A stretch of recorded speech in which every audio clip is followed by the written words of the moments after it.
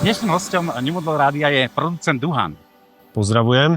Konečne, že rád vidíme takto naživo. Bo dnes si väčšinou iba písali. Áno, presne tak. Je tu zase so mňou aj Dáša Lauková Petrášová, ktorá bude moderovať tento rozhovor.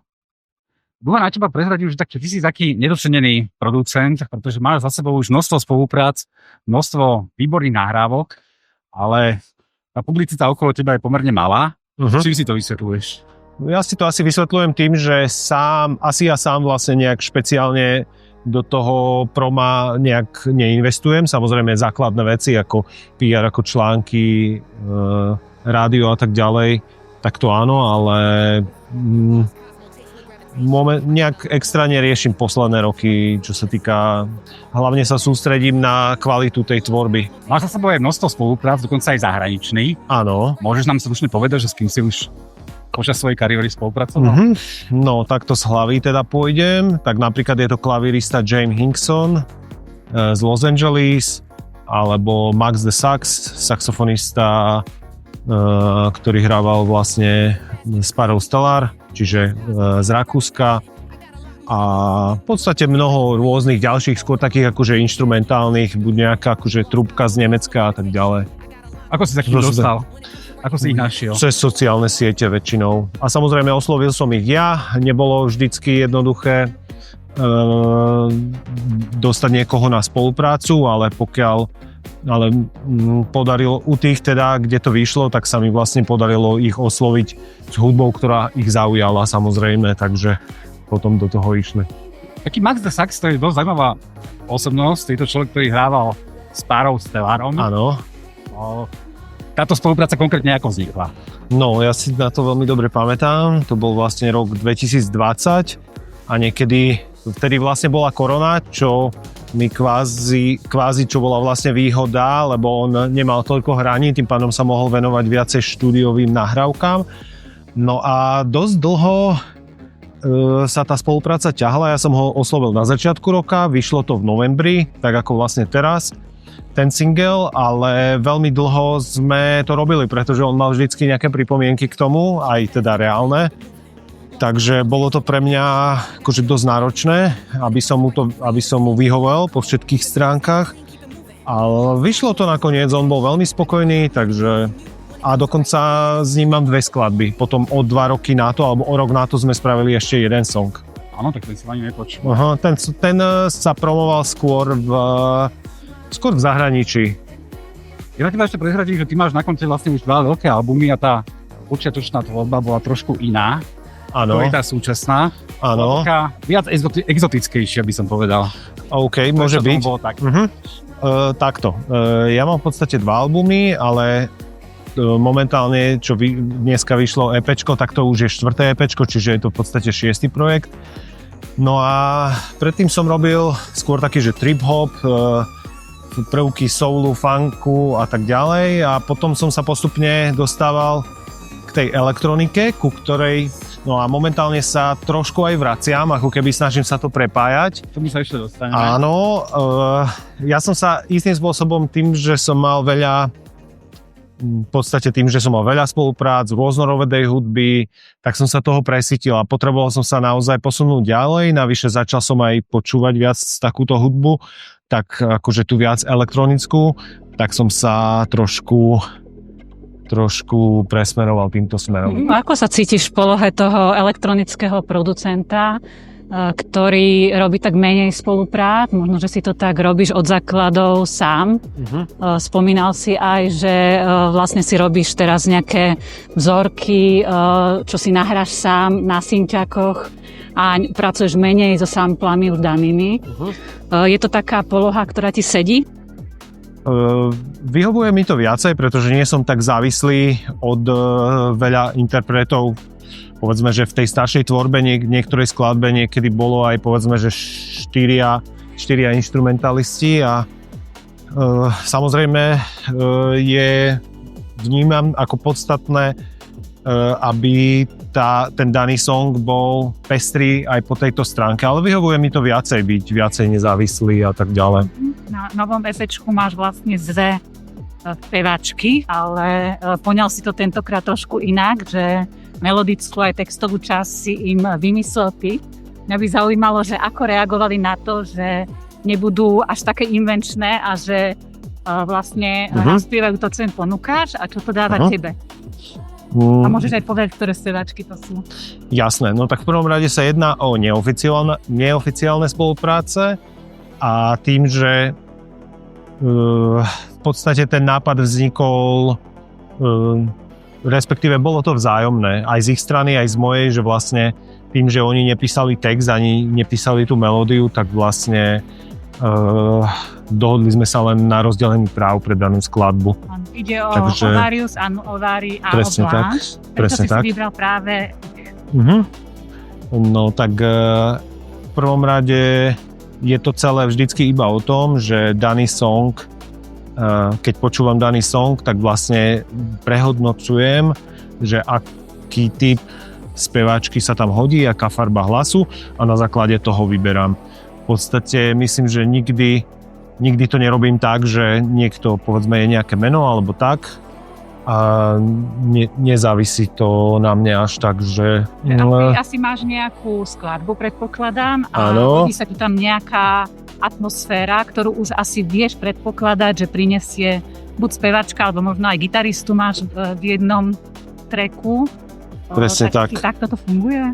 Presne tak. Vyberám si podľa farby hlasu, alebo čo sa tam štýlovo a žánrovo hodí. To je veľmi podstatné, pretože niekedy, aj keď je dobrý spevák, a stalo sa mi to viackrát, alebo dobrý hudobník, ale nemusí to sadnúť do toho daného štýlu.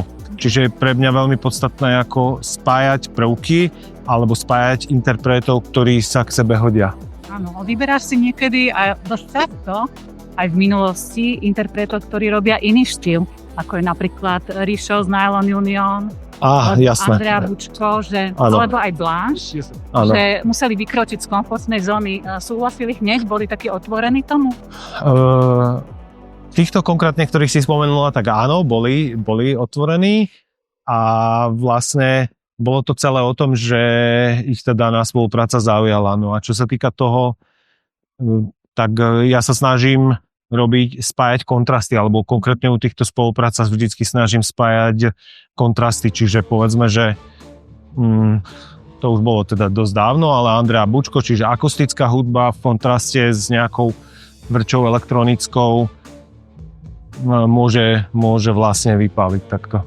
Mňa by ešte zaujímalo, čo ťa viedlo k tomu, že zmeníš ten svoj štýl, lebo ja ti poviem úprimne, že mne sa na začiatku ten tvoj štýl páčil viacej. Bolo to aj do reggae, bolo to vlastne exotických žánrov, bolo to hudobne pestrejšie. A teraz to je vlastne niečo ako house, dá sa to povedať, že to je house, alebo čo? Mne sa inak veľmi ťažko kategorizuje tá tvorba, lebo nedá sa to úplne škatulkovať ako house. Niekedy je to aj syntetizátorová hudba, dá sa povedať. Niekde je elektrofunk, niekde je povedzme, že taký mood 80 rokov, niekde je taký mood 90 rokov. Vždycky sa ale snažím, aby to malo nejaký môj vlastný rukopis, respektíve až tak sa o to nesnažím, iba tvorím a v podstate toto z toho vychádza. A môžem ti akože dať za pravdu, že tá predošlá tvorba mohla byť viacej taká akože pestrejšia a ja som v podstate na to obdobie sa potreboval trošku, tak ako som aj vravel, že vlastne som si naplnil už nejaké predstavy, že spravil som nejaké trip-hopové skladby, soulový feeling, funkový feeling a tak ďalej. Potom už zrazu som aj prestal počúvať takú hudbu, ale nie je to niečo ako rovná čiara a postupne sa snažím trošku aj k tomu vracať, ale už viac skôr v tej tanečnej rovine, čiže kombinujem tieto prvky s elektronickou hudbou tanečnou. Boli tam aj v začiatku černovskí speváci? Ty si sa ako dostal? V podstate akože tiež ďalší zahraničný spevák, to bol vlastne z Jamajky, Bajsi. S ním som sa vlastne dohodol. Výborný hlas. No, on je inak akože dosť rešpektovaný. Ja som vlastne takisto... mal som vlastne skladbu, kde sa mi hodil presne takýto reper, Počúval si tak takú som- hudbu, si ho poznal? sem tam, akože ja som ho poznal vlastne z Uprisingu, keďže on vystupoval na Uprisingu, neviem, či nebol headliner alebo takéto, to už neviem. Tam ťa zaujal? No a zaujal ma jeho hlboký hlas, tak som ho vlastne oslovil. No a chcel akože dosť za to veľa peňazí, ale nakoniec sme sa dohodli, že som mu ja spravil beat na jeho album. Vtedy akože vybral si dve hudby a nahral mi vlastne 2 slohy, takže takto sme sa nejako takto, no, sme sa dohodli. Neuvažoval si o tom, že by si tie prvky z tej staršej tvorby zakomponoval teraz do nových trackov, možno, že len nejaké časti z toho, že niečo, čo by teraz fungovalo aj v elektronike? No už sa to z časti aj deje, aj keď nie v nejakej veľkej miere, ale určite aj týmto smerom sa chcem trošku uberať. Máš nejaké nové veci, o ktorých by si mohol niečo povedať, ktoré budú niečím iné ako veci z posledného EP? Jasné, keďže sa teda momentálne snažím, alebo sústreďujem sa hlavne na štúdiovú tvorbu, tak tých vecí rozpracovaných je veľa, ale neviem to úplne takto kategorizovať, keďže každá je úplne iná. Takisto aj na danom EPčku vnímam, teda každá jedna vlastne je úplne iná, ale zas keď som si vyskladal poradie na tom danom EP, tých daných skladieb, tak bola každá iná, ale každá niesla ten svoj, akože ten elektronický rukopis. Čiže kontrast toho moderného, akože moderných rytmov s tou kvázi retro estetikou. Takže. Na EPčku máš aj remix staršieho tracku. Chceli sme povedať, že ako sa to EPčko volá, lebo sme to ešte nespomenuli. Ako sa volá to tvoje posledné EP? Fuel EP. Fuel EP. Fuel, áno. Je to niečo ako také zvukové palivo do zimných dní, niekde som čítala. Áno, presne tak. A mohol by si niečo povedať o remixe staršej skladby, ktorú si zaradil na EP. Z akého dôvodu si sa rozhodol ju tam umiestniť? Jasné.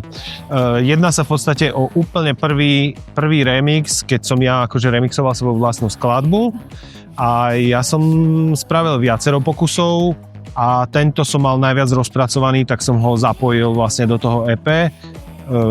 Ak to teda vydá, tak v budúcnosti mám teda viacej ich rozpracovaných a uvidím, že keď to budem s tým spokojný, tak určite budem aj niečo také akože releaseovať. No a S tou prvou verziou tej skladby si bol nespokojný? no, málo kedy sa to deje, ale keď sa tak akože mám priznať, tak áno, v podstate. Nie, že nespokojný, to nie je úplne ten správny výraz, skôr by som povedal, že úplne inak by som to už teraz spravil a hlavne robil som to v období, keď som ešte bol už akože skúsenejší, teda tripový producent, ale s tou elektronikou som nemal až toľko skúseností, aby som teraz aj po čase bol s tým takto úplne. Ale paradoxne napríklad môj debut z roku 2014, keď si to vypočujem, tak som s tým viac menej ok. Takisto aj 2018 druhý album United Gravity, tiež tam nevidím nejaké výrazné nejaké chyby, alebo že si to vypočujem a povedal by som si, bože, že to by som spravil úplne inak, to nie.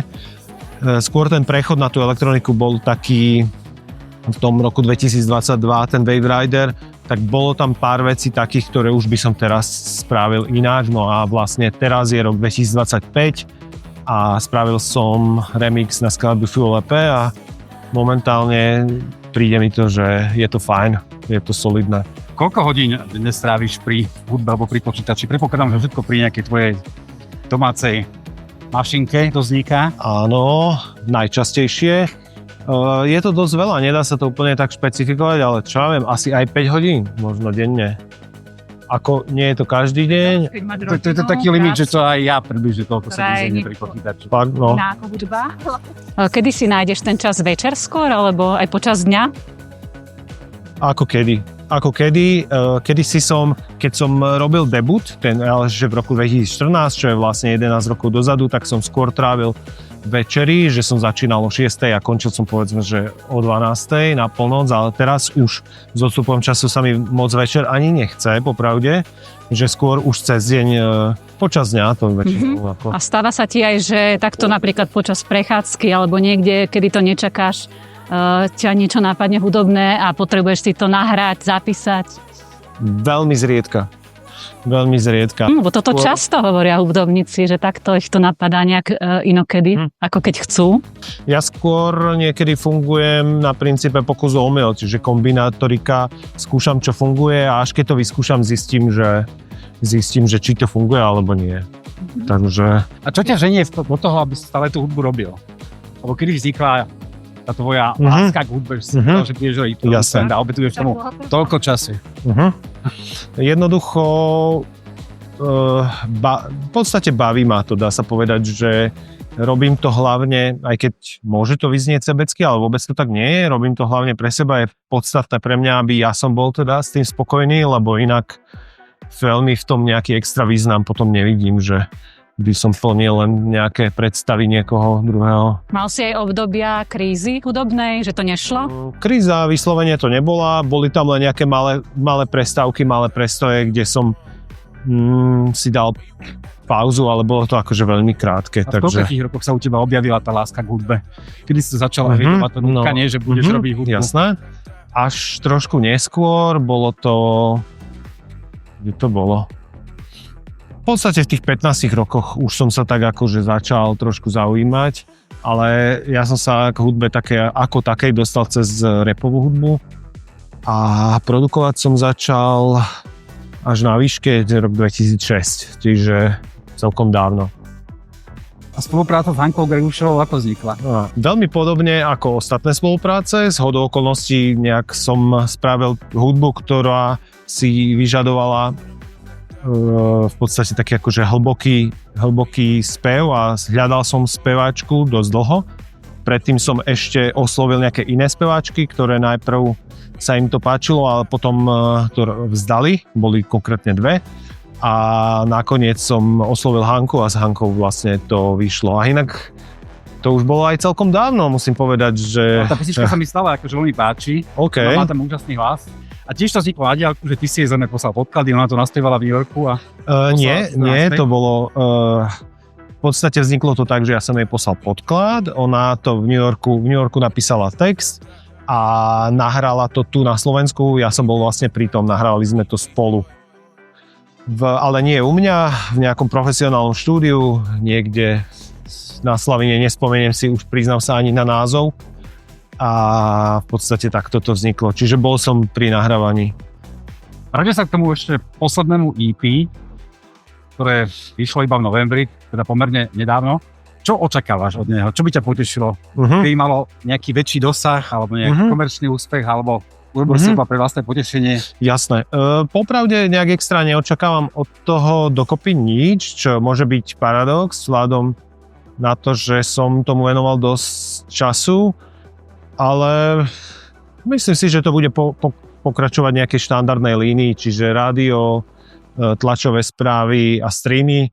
Mimochodom, ja mám skôr, akože na Spotify, skôr zahraničných poslucháčov, ale respektíve, že mám tam vlastne... Poslucháčov z zahraničia okolo Slovenska. Aké krajiny? Že vieš aj nejako špecifikovať? Nemecko, Amerika hlavne. No. A prečo sú to práve oni?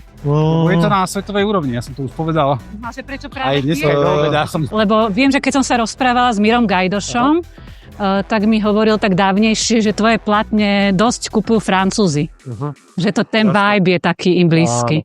No tam vlastne na to je veľmi jednoduchá odpoveď, pretože keď sa vydávali tie dané skladby, tak sa mi podarili nejaké akože reálne promo spraviť, čiže cez tie labele alebo cez nejaké playlisty, kde sú vlastne reálni posluchači, tak podarilo sa mi to nejako vybaviť a tým pádom postupne tie skladby dostali slušné prehratia na Spotify. A máš na slovenskej scéne nejakých ľudí, ktorých si ceníš v oblasti elektronickej produkcie, alebo si aj nejak ľudsky rozumiete?